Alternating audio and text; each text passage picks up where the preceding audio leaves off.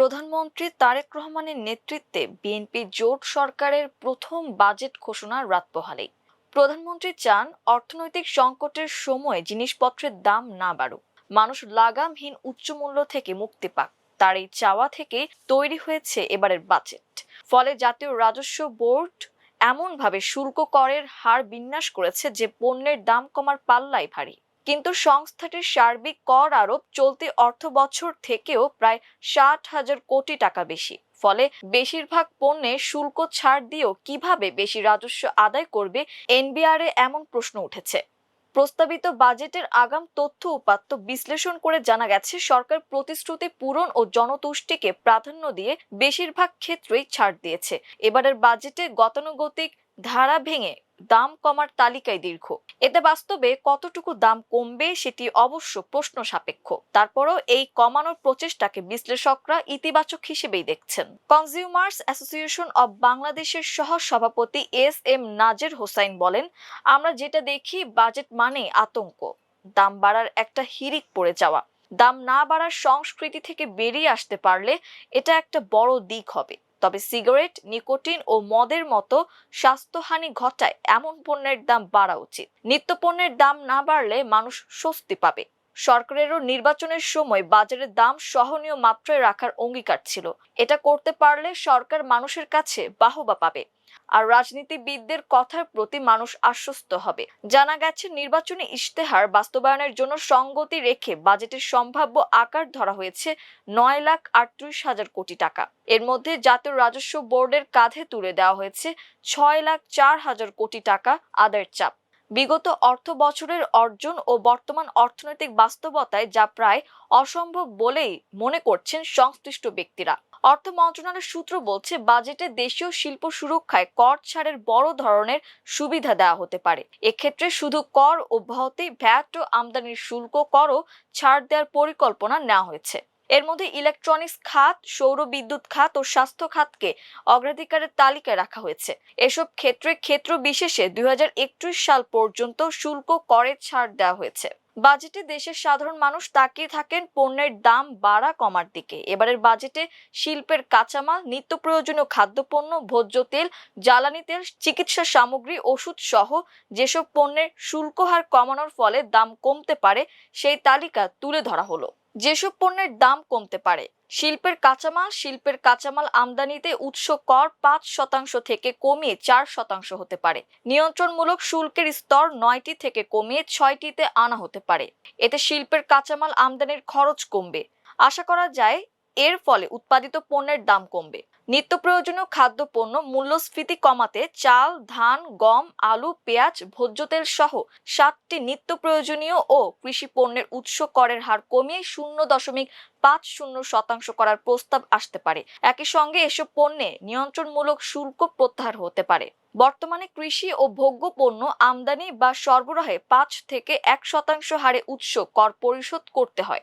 ভোজ্য তেল: দেশে ভোজ্য তেলের উৎপাদন বাড়ানো ও আমদানি নির্ভরতা কমাতে দেশীয় তৈলবীজ ব্যবহার করে ভোজ্য তেল উৎপাদনকারীর জন্য 10 বছর কর অব্যাহতির প্রস্তাব করা হতে পারে। ফলে স্থানীয়ভাবে উৎপাদিত সরিষা বা অন্যান্য তৈলবীজের তেলের দাম আরও কমতে পারে। জ্বালানি তেল: রিফাইনারি বা শোধনাগারে জ্বালানি তেল সরবরাহে 1.50% উৎস কর পরিশোধ করতে হয়। এই হার কমিয়ে 1% করার প্রস্তাব দেওয়া হতে পারে। এতে পরিবহন উৎপাদন খরচ কমতে পারে। চিকিৎসা সামগ্রী ও ওষুধ: কিডনির ডায়ালাইসিস ফিল্টার আমদানির ওপর থাকা 5% আগাম কর প্রত্যাহার হতে পারে। এতে কিডনি রোগীদের প্রতিটি ডায়ালাইসিসের খরচ সাশ্রয় হবে প্রায় 600 টাকা। ওষুধ উৎপাদনে ব্যবহৃত 68টি কাঁচামাল আমদানিতে সম্পূরক শুল্ক প্রত্যাহারের প্রস্তাব আসতে পারে। ক্যান্সারের ওষুধ তৈরিতে ব্যবহৃত 9টি কাঁচামাল আমদানিতে দেওয়া হতে পারে কর রেয়াত সুবিধা।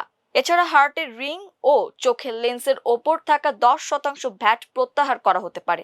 শারীরিকভাবে বিশেষ চাহিদা সম্পন্ন ব্যক্তিদের ব্যবহারের জন্য আমদানি করা 15টি পণ্যের অগ্রিম আয়করের হার 2% থেকে কমিয়ে 1% করা হতে পারে। মোবাইল ফোন, সিম ও টেলিযোগাযোগ খাত: স্থানীয়ভাবে মোবাইল ফোন উৎপাদনে ব্যবহৃত 22টি কাঁচামালের ওপর উৎস কর কমিয়ে 1% করা হতে পারে। পাশাপাশি এ খাতে ভ্যাট অব্যাহতির মেয়াদ 2030 সাল পর্যন্ত বাড়ানো হতে পারে। মোবাইল সিমের ওপর ৩০০ টাকার সুনির্দিষ্ট ভ্যাট বাতিল করে ১৫% ভ্যাট কার্যকর হতে পারে। এতে সিমের দাম কমবে। এছাড়া বিটিআরসি প্রাপ্ত রেভিনিউ শেয়ার, লাইসেন্স ফি বা চার্জে ২০% উৎস কর প্রত্যাহার করা হতে পারে। মোবাইল নেটওয়ার্ক সেবা খাতে উৎস কর ১২% থেকে কমিয়ে ১০% করা হতে পারে। বিদ্যুৎ ও সৌর বিদ্যুৎ বিদ্যুৎ উৎপাদনকারীদের কাছ থেকে ক্রয়ের ওপর উৎস কর ৪% থেকে কমিয়ে ৩% করা হতে পারে। এছাড়া সৌর বিদ্যুৎ উৎপাদনে আসতে পারে ২০৩৫ সাল পর্যন্ত কর অব্যাহতি সুবিধা।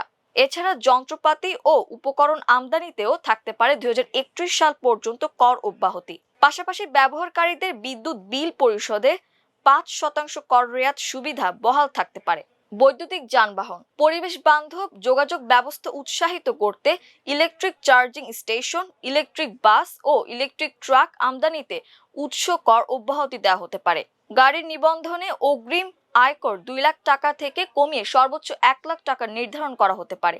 স্থানীয়ভাবে ইলেকট্রিক গাড়ি ও বাইক উৎপাদন শিল্পকেও কর রেয়াত সুবিধা দেওয়া হতে পারে। এছাড়া পরিবেশ বান্ধব ব্যাটারি খাতও পেতে পারে ২০৩০ সাল পর্যন্ত কর ছাড়। স্বর্ণ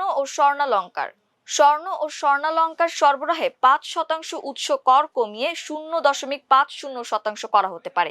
এছাড়া ৫% ভ্যাটের পরিবর্তে প্রতি ভরিতে ২৫০০ টাকা নির্ধারণ করা হতে পারে।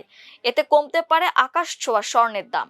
ইলেকট্রনিক্স ও প্রযুক্তি পণ্য টেলিভিশন, ফ্রিজ ও কম্পিউটার সামগ্রী উৎপাদনে থাকা কর অব্যাহতি সুবিধা অব্যাহত থাকতে পারে।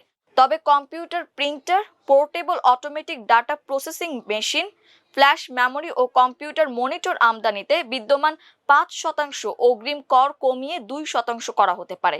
এছাড়া এটিএম কার্ড সহ সব ধরনের কার্ড তৈরির কাঁচামাল তৈরির ৫% আগাম কর প্রত্যাহার হতে পারে। পাশাপাশি ১১৩টি পণ্যের ওপর থেকে ৩% নিয়ন্ত্রণমূলক শুল্ক প্রত্যাহার হতে পারে। এছাড়া ২০৩১ সাল পর্যন্ত শুল্ক কর অব্যাহতি পেতে পারে সেমিকন্ডাক্টর খাত। অন্যান্য পণ্য ও খাত ১৮০০ সিসি পর্যন্ত হাইব্রিড গাড়ি ও খেজুর আমদানিতে নিয়ন্ত্রণমূলক শুল্ক প্রত্যাহার, বালাইনাশক উৎপাদনের ৩৬টি কাঁচামালে ভ্যাট প্রত্যাহার, লোশন, ফেস ক্রিম ও ফেস ওয়াশে শুল্ক কর কমানো, পোল্ট্রি, ডেইরি ও মৎস্য খাদ্যের কাঁচামাল আমদানিতে রেয়াতি সুবিধা, বিভিন্ন বাদ্যযন্ত্র আমদানিতে ৫% শুল্ক প্রত্যাহার, সিনথেটিক ওভেন, ফেব্রিক্স আমদানিতে ১০% সম্পূরক শুল্ক প্রত্যাহার, ফ্লোট গ্লাস উৎপাদনের ৫টি কাঁচামাল আমদানিতে ১০% শুল্ক হ্রাস, সার কীটনাশকের ৭.৫% ভ্যাট ও কর প্রত্যাহার, প্যাকেজিং পণ্য সরবরাহের ওপর উৎস করে কমিয়ে ৩%, পরিবহন, ক্যারিং, গাড়ি ভাড়া সেবা খাতে উৎস কর কমিয়ে ২ ও রিসাইকেলড পণ্য ও রিসাইকেলিং কাঁচামালের কর হার কমে ১% হতে পারে।